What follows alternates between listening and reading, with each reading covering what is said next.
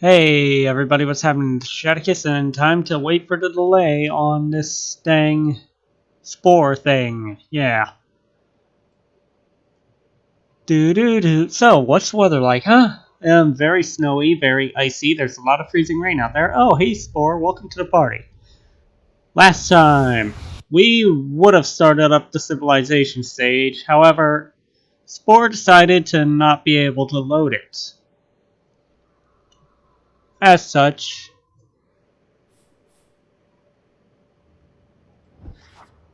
without being able to progress to the future, Unibronus is destroyed.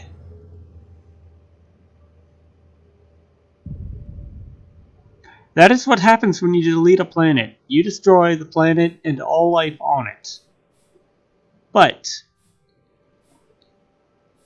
a few of the Druisaurs have managed to escape and find their way to a separate planet. This is the story of those Druisaurs.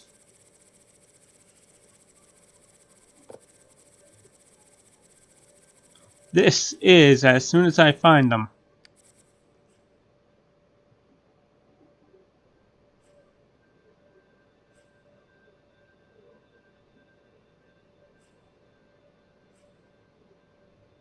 I think it's these guys? Yeah, these guys.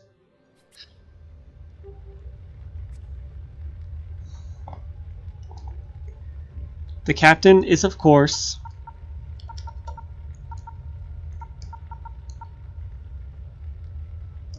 Drugleaf. Who else? Who else would lead this great species? Okay, I'm going to do my best to keep the theme as my creation still, however that's probably not going to last long, as we've seen. Keeping difficulty to easy, and I am just here to show off the space stage. Starting off with creating a new ship. Now luckily, the ship creator should load right. Here we go. And it should actually work right. Yeah, we can place parts anywhere.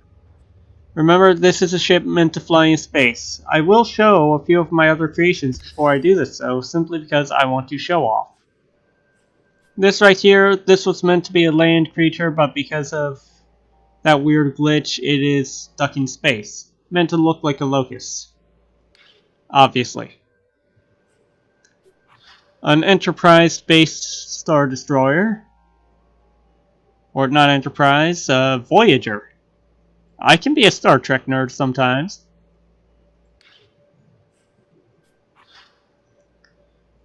Based off of a crayfish.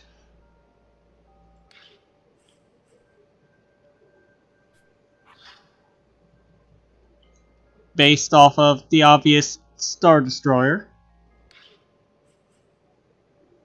I'm going to ignore these two because this one is just this thing but with a freaky noodle under it, and this is just one of my old basic creations.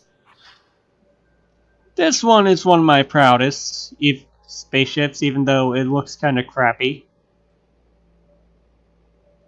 And finally, this one is also one of my proudest, but I don't use it for anything really. 10 points if you get where this is from, ignoring the name. What version it's from, I mean. Speaking of which, I think I have an idea for what our spaceship is going to be.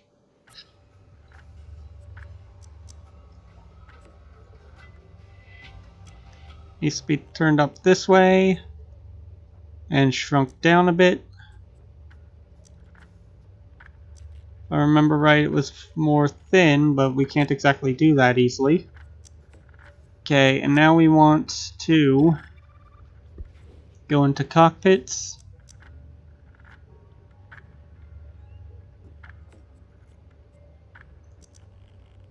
And turn it sideways.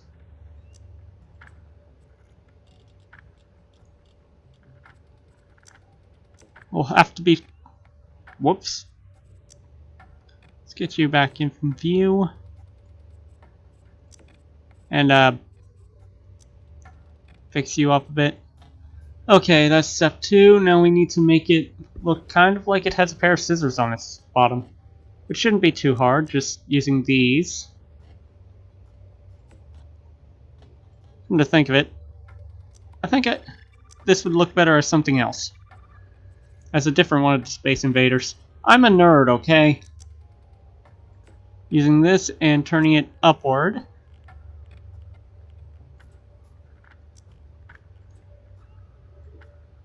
This one's always looked kind of biological to me, so I see no issue with using it. Let's see, we want something that goes or can be seen all the way around it. Preferably without looking ridiculous like that.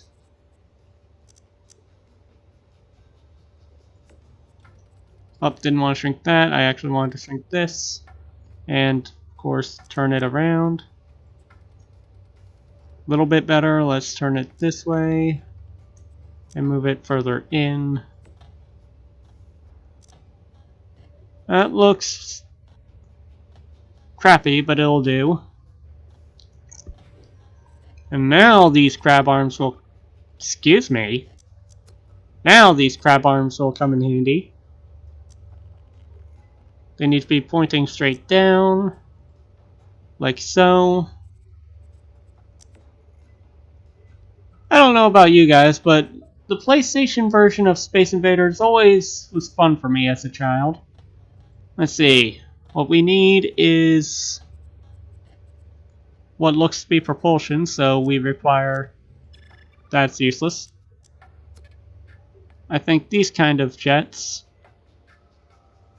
Oh, no, there's one of these jets whose stream is green. That's not even a jet. That's fire. That's fire. Is it the big bulky one that's... Yeah, the big bulky one is green. Oh well, let's see. Shrink it down as much as possible. Despite their small size, these thrusters are extremely powerful. Ah, it looks kind of crappy. It looks kind of like these things are holding them, so... I guess that kind of works? I mean, I certainly made worse designs, so... Yeah, that'll work. Let's see.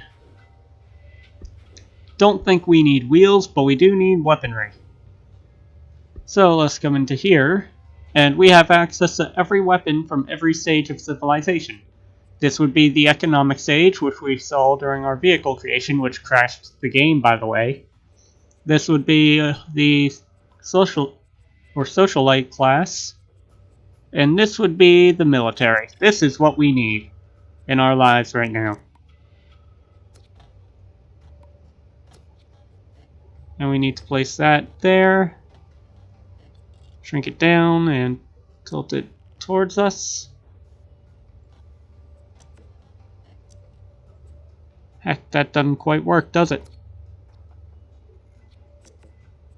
Actually, you know what? I think we just got the perfect angle. Close enough. Oh, that little exhaust pipe is annoying. Let's try. That's a little better. Okay, let's see. This is a pretty basic design. I'm not going for anything too flashy. However, I don't remember what all was on. Oh well, let's see. This green color will work. It matches what it was pretty well. But now I need the individual paints. And I need this, except gloss, and I need dark red there. And I need to replace the gold with a gray.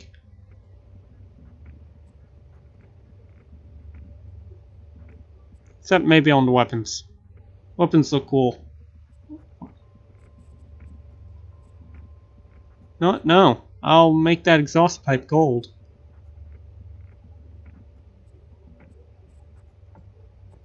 Oh yeah. And this would be...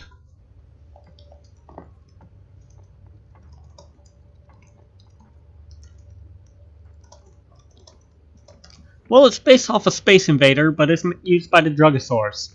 So, Drug Evader. That sounds like some sort of drug elevator. But you know what I'm going for. This will be our starship for the space stage. For our captain, of course. And as for this, well, first we want to lock our starship in place and then hit random. We'll hit random a few times. And let's see what we get. We get a castle wall, okay. No. Unit bonus 2.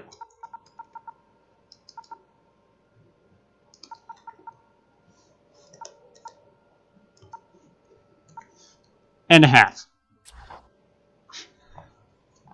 Alright. Let's load her through, guy.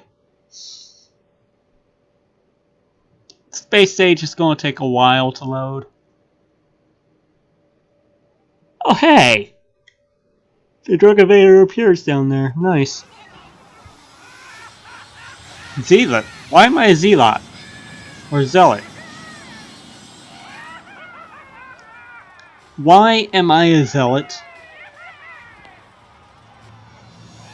Excuse me.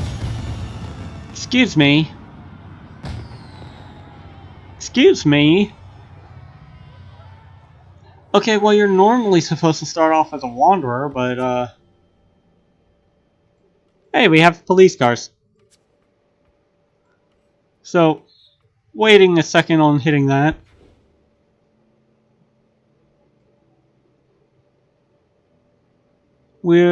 How did it... I guess it saved a little bit of their history, but I really, really dislike being a zealot. They are the butthole Spode worshippers. They are the religious, and religious in this game are buttholes. I know how to command my ship, so I don't need to do the tutorial. The tutorial would pretty much just be flying around the planet. And now we just do the typical startup for the space stage. This is a very long and complicated thing, but it's doable. It's doable. In order to earn various badges, you have to do various things, etc., etc. Collect all the tools, etc., etc. This would take a very long time to complete, and while I might make this like a... well, I was going to say once a week series. Dang, Drugleaf! Where'd you learn to pilot a ship like this?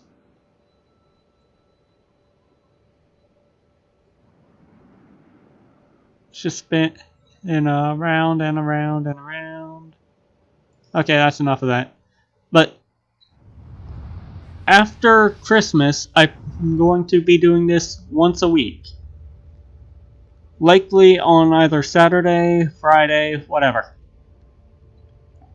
Anyway, our next destination is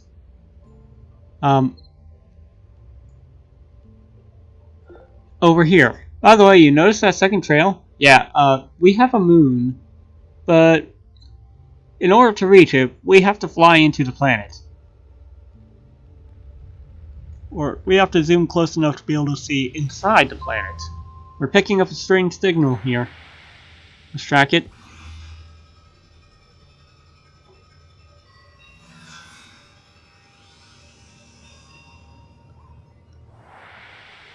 It's a crashed spacecraft, and it's emitting a strange radio signal. Fly to it and use the scan tool to investigate the crash site. According to this, we don't exactly know what the scan tool is. We have several tools at our disposal. Social, weapons, main tools, colonization, planet atmospheric transition tools, planetary surface sculpting, planetary surface coloring, and cargo. Fanatics start off with the Fanatical Frenzy bonus, which is an instant conversion of any planet. However, this will instantly anger any species in the galaxy. You will become an enemy to all if you use this. Also, Every time you start off with the basic weapon, the mini laser. It is an extremely weak weapon typically used for precision picking off of individual targets, such as sick animals.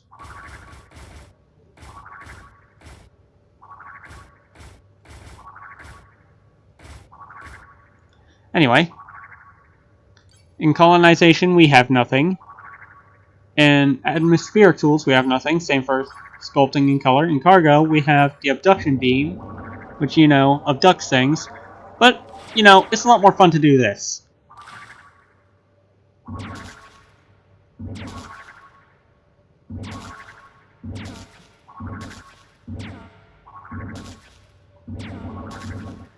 See, that is a lot more fun. Even better if you use animals. But the tool we need is in our main tools. It is the scan. We also have a radar which is constantly active. Anyway, we're supposed to be scanning this crashed ship, which is always this design. Yet there's no other design shown. Aliens, but no sign of life. Looks like they drew some kind of cryptic map before they died. Wait, this wreck has triggered a transfer beam. Some items are coming aboard.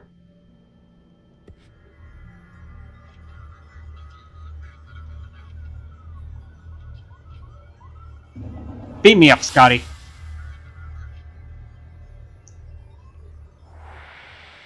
Missiles and interstellar drive, which seems to have an unknown star's coordinates programmed into it.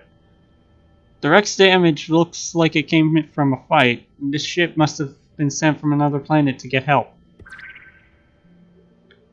Shame we arrived on the scene only a few hundred years too late. But if that became with the ship, I'm worried to see what will be on this planet. Our next step is to exit the solar system. Yeah, you just saw a friend of mine who has a very strange profile picture. A lot of my friends do. Excuse them, please. And of course, we could normally fly to any star around here. However, we are limited to just this one for now. Which is fine. This is a red dwarf star with a single planet. A name that sounds like it could be very good for medicine. Coming down here, another radar signal.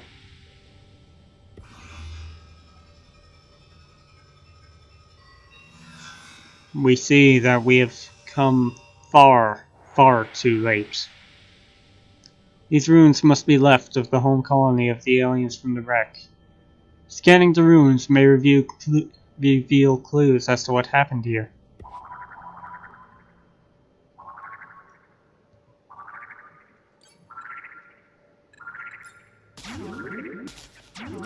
You're supposed to scan a building. Any building will do. The scan came up with nothing, but it seems to have triggered a response. Some activity is showing up on the radar.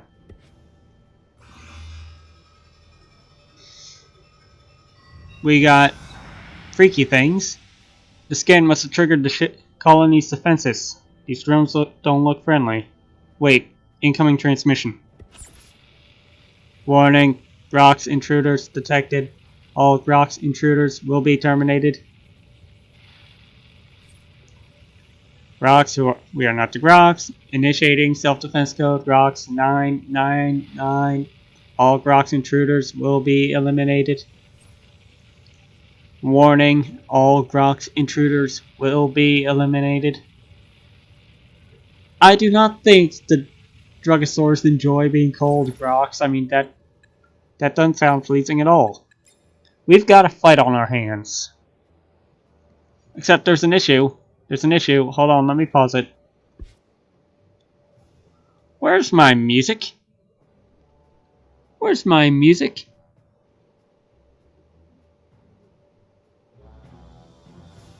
There's a little bit of music.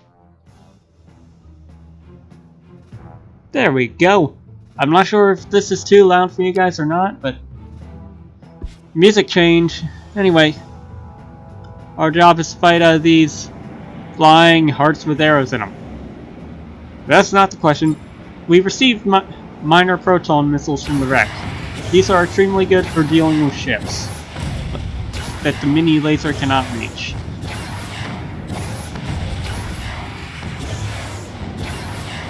During my entire Spore game or playthrough, I have destroyed a total of 500 spacecrafts. But our purpose on this planet is done. Let's get out of here and head back home.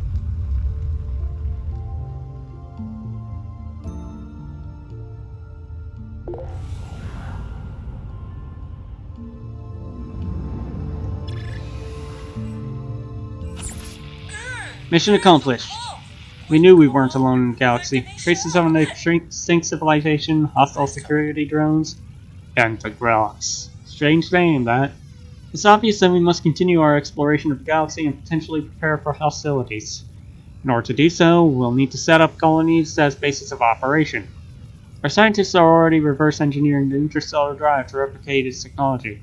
We've also developed a SETI device, or SETI device for your ship. It will pick up other signals from sentient life in the galaxy, indicated by radio signals over the stars you target. We need to expand our empire and our wealth by building colonies on other planets, for mining resources. We've drafted a few volunteers to be part of a colony and credit pack, which we've placed in your colonization bin. Our astronomers have been observing the heavens and have identified a hospitable planet. Izania. That's actually a very pretty name. Excellent. Placing a colony is easy. After flying to a planet Izania, select a colony tool that has been added to your colonization tool bin and place the colony on the land. Near a spice geyser, preferably. It will instantly unpack, creating a colony. No assembly required. You might want to make contact with the colony to make sure the citizens are all repacked in there, unpacked safely.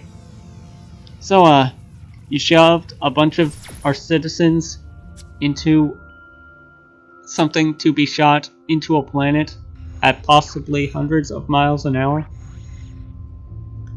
Wow, my people are buttholes. We can now travel to any planet we want, however, that will be saved for later. For now,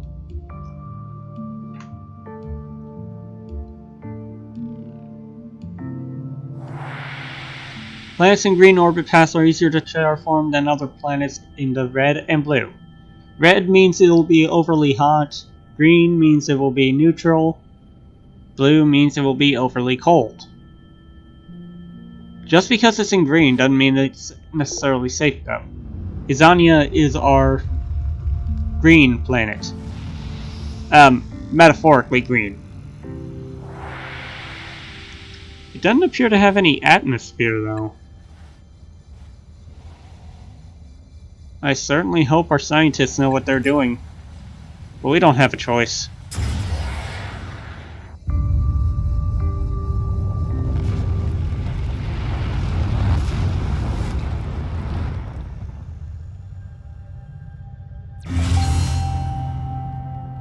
Oh, it generates its own atmosphere? Congratulations, you've grown your empire. Each colony's productivity is tied to its size. Size is limited by terrascore of the planet. Invest in terraforming, then add colonies and buildings to reap the highest rewards. Alright, and we'd best talk to the planet. Good day, Captain. It appears you've made an excellent choice of planets to colonize. Planet Izania will be an excellent location to mine spices and all that. I could just be a jerk and say goodbye, but I'm not that rude. And after we return home, I think that'll be enough for this particular episode. We've done quite a bit. We've at least got through the tutorial bits. And we just gained spice. Spice is the main commodity of this game. You collect it to sell to other empires for higher prices.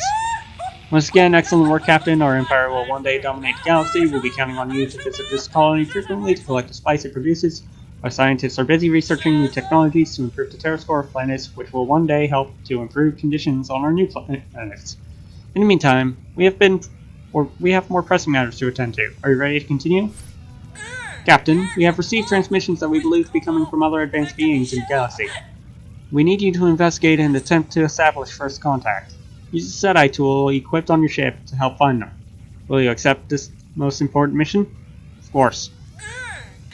Your short-range communicator is equipped with Universal Translator that will aid in communicating with any alien races you might encounter. You'll need to travel within their solar system to communicate with them. We haven't been able to pinpoint the exact location of these transmissions. You will need to explore a bit. After reaching interstellar space, target stars that trigger a response from your SETI tool. Radio lines and audio signals have clear indications. Spaceflight will cause wear and tear on your ship. Return home for repairing and recharging your ship when needed. Or check in with Mission Control on other space program assignments. And with that, I think we found a good place to end off the episode. Next time,